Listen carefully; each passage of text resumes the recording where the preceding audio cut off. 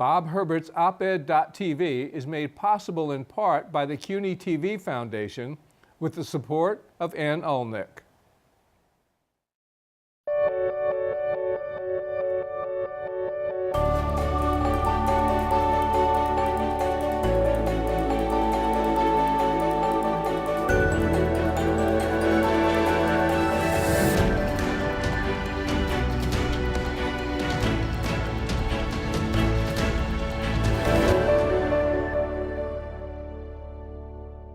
Hi, I'm Bob Herbert. Welcome to OpEd.tv. There is substantial evidence developed over many years that integration of public schools results in widespread socioeconomic benefits.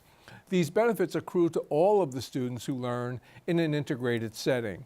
And yet there has been resistance, often bitter resistance, at nearly every turn when it comes to integrating our schools. At the moment, we are not only not making progress on school integration, we are going backwards. I'll talk about this with my guest, Richard Kahlenberg, a longtime proponent of racial and socioeconomic integration. Mr. Kahlenberg is a senior fellow with the Century Foundation and the author, with two of his colleagues, of an important report entitled A Bold Agenda for School Integration. Rick, welcome. Thanks for coming in. Really appreciate it. Thanks for having me. So there's a section in your report that details essentially the current state of school integration in the United States. So bring us up to speed. How integrated are our schools? Well, the situation is not good. We had a moment in the 1960s, early 1970s, where we really made a lot of progress on school integration, particularly in the South, and we saw good results. The test scores for African American students went up. The scores of white students stayed high. It was a success, an educational success. But since then, we've really been moving backwards, and now we're seeing the resegregation of our schools with terrible consequences. So what happened? This progress was being made. It lasted, I guess, for a few years at least, and then a turnabout. What caused the turnabout? Well, it was really a white backlash, political resistance that made politicians fear addressing this issue of segregation.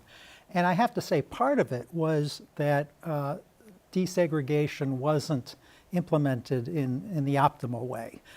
So in places like Boston, we saw massive resistance to segregation, These were desegregation. during the school busing. That's right. School busing period. Yeah. That's right, and it happened in part because when we desegregated, we told families, you're going to go across town and you have no say in the matter, and we also tended to integrate just working class people of different colors.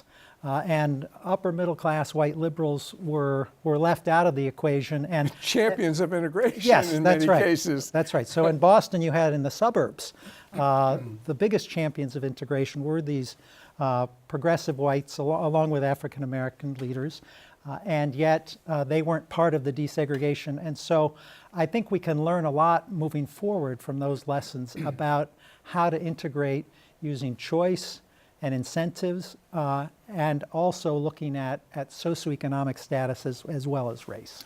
We were talking off camera a few minutes ago, and you mentioned in your report about the role that housing patterns play when it comes to school integration. And of course, housing in the United States is deeply segregated and has always been.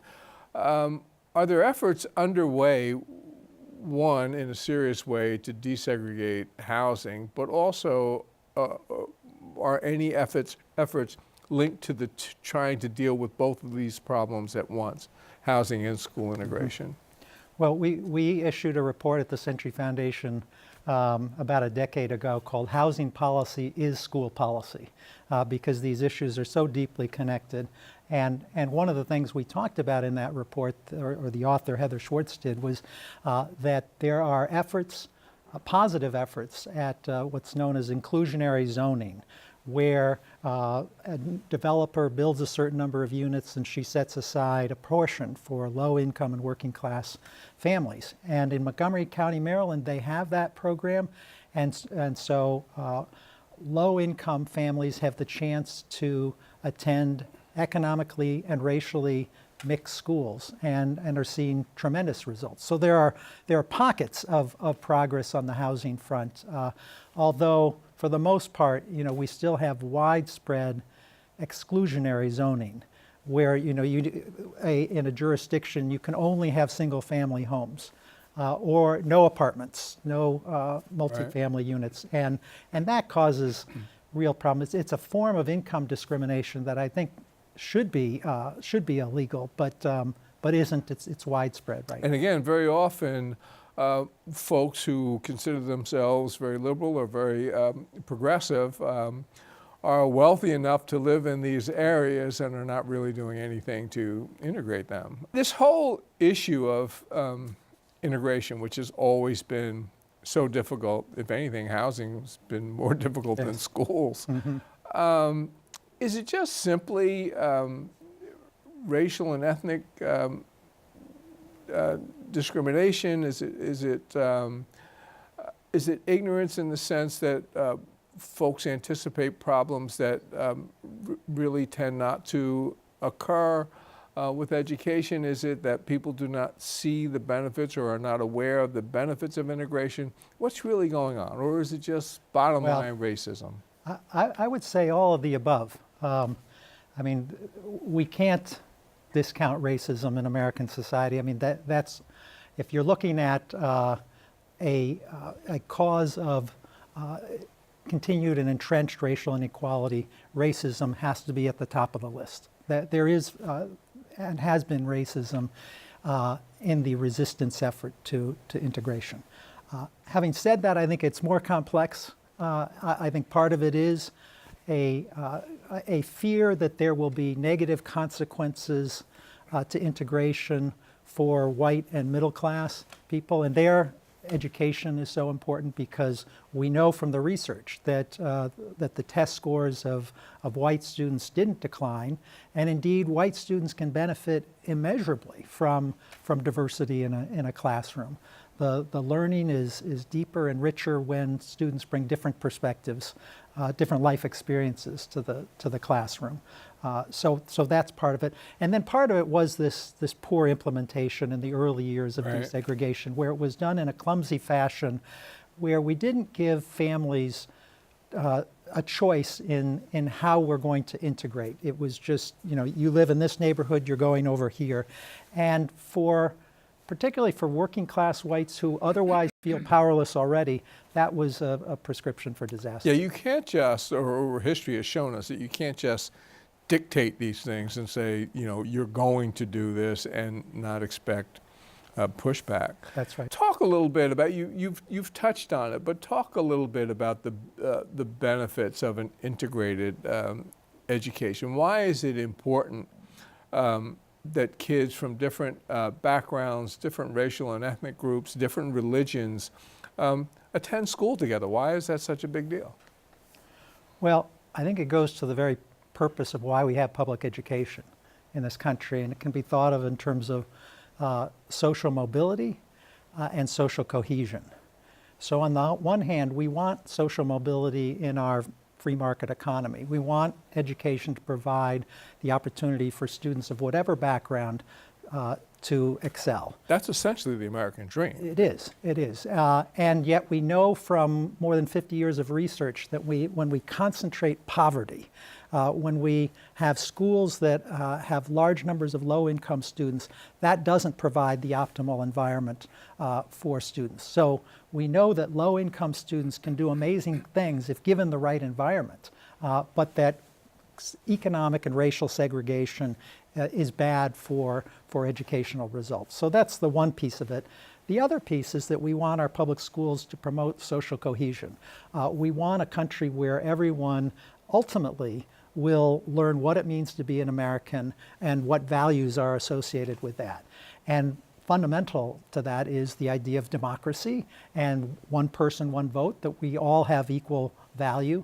And segregation, even whether it's de facto or de jure, in fact or by law, it sends a terrible message to low-income families, to African American Latinx families, that they are not valued in our society and need to be put in essence, separate schools.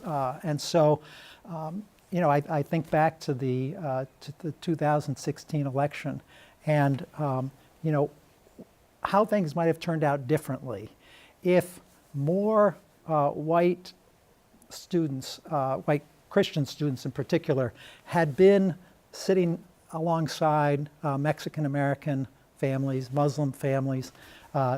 If they had been in school with students of different backgrounds, then a demagogue who comes along and tries to demonize those groups would have been far less successful than in fact he was. We see this. Groups are working side by side in the military, for example. In sports, we see it all the time, but it's much harder to get it done in the schools, and it's also difficult to get it done in the workplace. One of the things that was really striking in your report is the finding that when you have integrated classrooms, that it promotes or encourages critical thinking, problem solving, creativity, all of those sorts of things. Why is that? Well, there's a long line of research to suggest that the learning is much deeper in those diverse environments.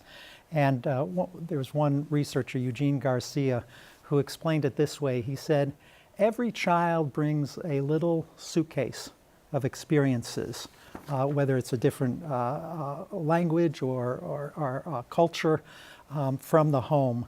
And in the old days, we used to say, close that suitcase, you're going to learn what it's like our way. Right. And now educators are realizing, they say, open that little suitcase and find out that what we can learn from you.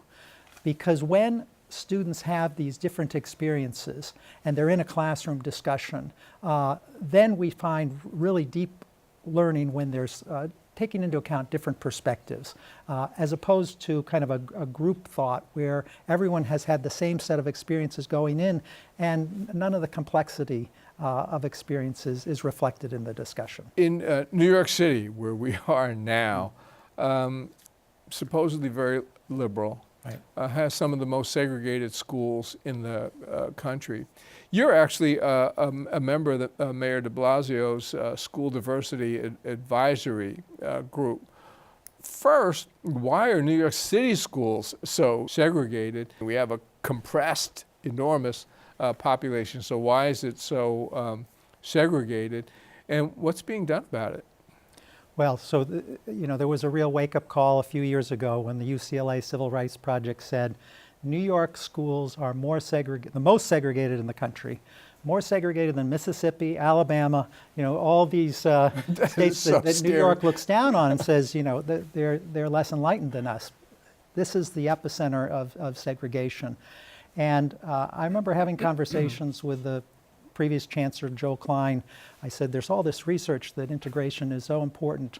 And his response and the response of other leaders over generations has been, in a system that's roughly 70% African American and Latinx, it's too hard to integrate. And so they let this situation fester. I think that's a mistake. One of the findings of our School Diversity Advisory Committee is that there are now 9 of the 32 community school districts in New York City where there is a sufficient racial and economic mix to make all of those schools integrated. It's not like you can integrate all of New York City schools overnight, but we can begin with those 9 community districts. They educate 330,000 students.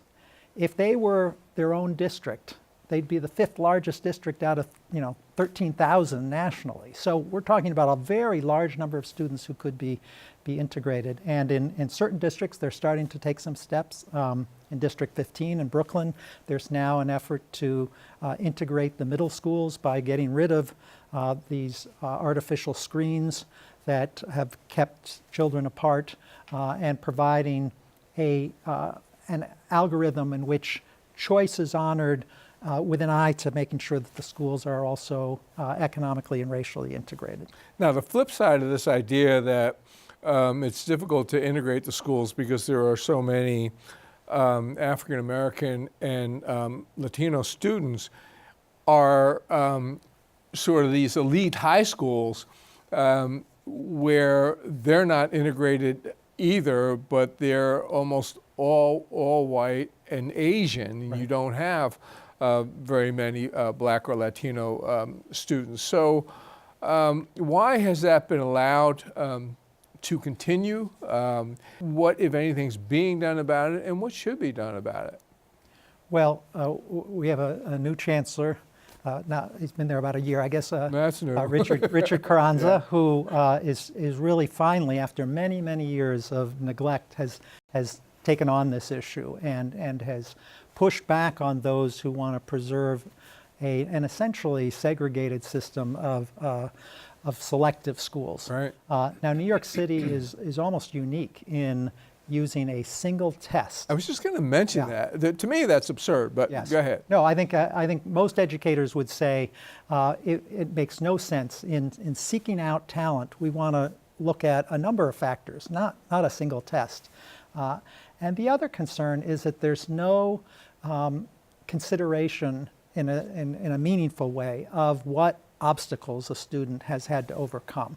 And so I worked with the Chicago Public Schools on integrating their selective schools. These are the ones that Michelle Obama and others went to, and we looked at socioeconomic status, which is perfectly legal to use as a factor, and we broke Chicago into 4 socioeconomic buckets and said that we want to make sure there's representation from every bucket. We'll take the top students from each of these socioeconomic groups, and implicit in that is an acknowledgement that some students have had a lot given to them, unearned privilege, and others have been able to overcome hurdles. And we ought to reward those striving students as well.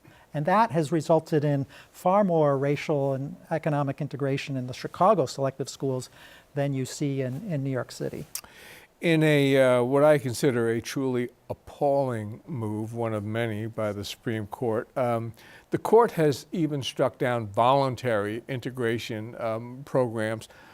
What's the rationale for doing that? How did that come about? Why would we be striking down voluntary efforts?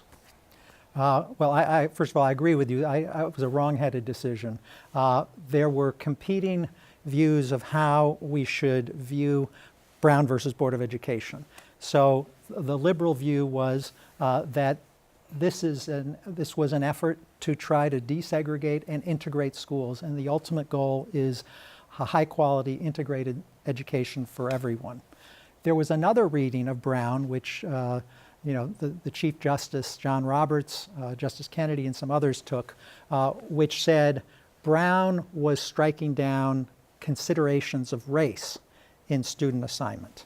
And so those two dueling visions were offered, and conservatives had the majority, 5-4, struck down the use of race. I think that was not the right decision, but the sliver of hope here is that they left open the door to looking at the socioeconomic status of students. And so now there are 100 school districts throughout the country educating about 4 million students where they consciously look at socioeconomic status, and that's a way of indirectly creating racial and ethnic diversity, and also getting at this issue of concentrated poverty, which is so detrimental to education. Yeah.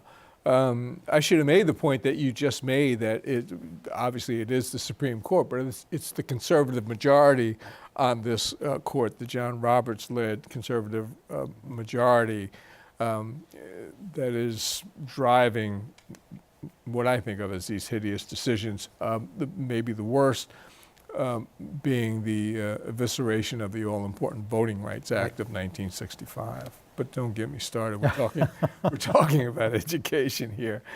Despite the resistance to education and to integration, and despite the efforts of the Roberts Court, you've pointed out that there are efforts underway in some school districts. They're actually fighting back. Yes. They want integrated, high-quality schools in their districts. What are they doing? So in places like Cambridge, Massachusetts, Raleigh, North Carolina, in red states and blue states, there are efforts to integrate, leading with socioeconomic status, because that continues to be a perfectly legal option, and using choice as opposed to the old style of compulsory busing to achieve integration. So for example, in Cambridge, there are no automatic neighborhood assignments in public schools. Parents choose from a variety of schools, all of which have some magnet theme or pedagogical approach that will be attractive to some families. And then the school district honors those choices with an eye to making sure that there are, in Cambridge's case, a roughly proportional number of students eligible for free and reduced price lunch at all the schools. Cambridge's results are off the charts in terms of graduation rates for all the different subgroups of students. African American students, Latinx students, low-income students are all doing quite well, and then the white students continue to do well. So that's been a real success story, and I think that word is starting to get out, and more districts are looking at this option. I want to touch on charter schools, which are very popular with a lot of people.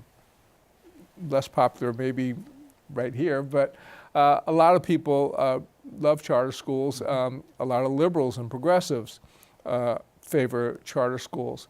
And what I've noticed covering them over the years, and a lot of them are very good, some are mixed, some are not so good, but what I've noticed is that very often they are extremely segregated, and including some of the very good schools. What should we think about that? How should we look at these schools? Should we just say, well, in the cases where they're doing a good job, just take it and take it like money in the bank, or should we be doing more to integrate charter schools? Well, I think we should definitely be doing more to integrate charter schools. I wrote a biography of Albert Shanker, the president of the American Federation of Teachers, and he was one of the first to champion charter schools. And that's where the idea came from. Yes. They were supposed to be innovative schools, and we were going to take the best things that they found and apply them to the public schools at large. That's right. That didn't happen. It didn't happen at all. So he had three pillars. One was they ought to be laboratories for innovation that cooperate with the traditional public schools rather than competing. Second theory point of his was that they ought to be integrated. He said there's all this evidence that economically and racially integrated schools are stronger. He had visited the school in Cologne, Germany, and saw Turkish immigrant students sitting next to German students, and everyone was doing well. He thought charter schools, because they weren't consigned to a neighborhood, could be a powerful vehicle for integration. And the third piece was that they would enhance teacher voice, give teachers more say.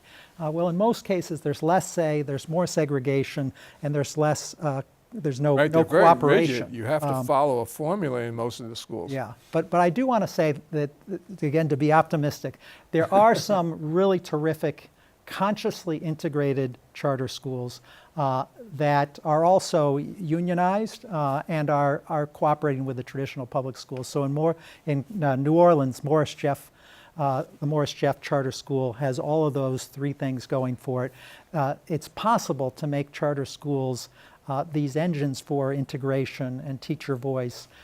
It's just that many of them today are not taking advantage of that potential. So we'll push for more of those kinds of charter schools. That's right. Rick Kahlenberg, thank you so much for coming in. Oh, my pleasure. Thank you, Bob. We'll be back in a moment with a final word.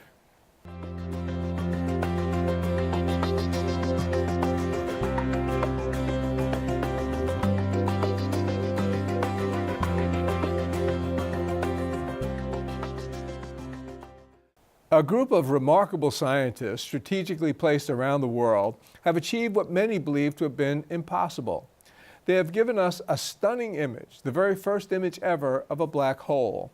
It's an image from the center of a galaxy 55 million light years away from Earth. Reading about that achievement and gazing at the image, I experienced the feeling of awe that comes over me when I'm looking at the greatest works of art.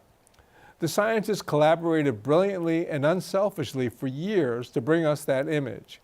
As I've thought about that, I've wondered why, here in the United States, we have been unable to summon our collective brain power to meet the many challenges that face us.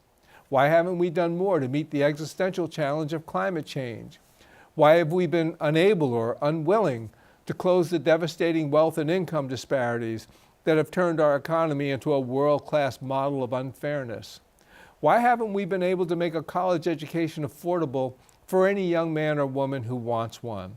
Surely, in a society as wealthy as ours, we could do that. In fact, we could do all of those things and more, just as the scientists have worked together to bring us the startling and beautiful image documenting Albert Einstein's startling and beautiful theory of black holes. We're human beings. We can do great things. We could solve the greatest challenges facing us. If only we'd put our wonderful minds to it. If only. That's all for now. See you next time.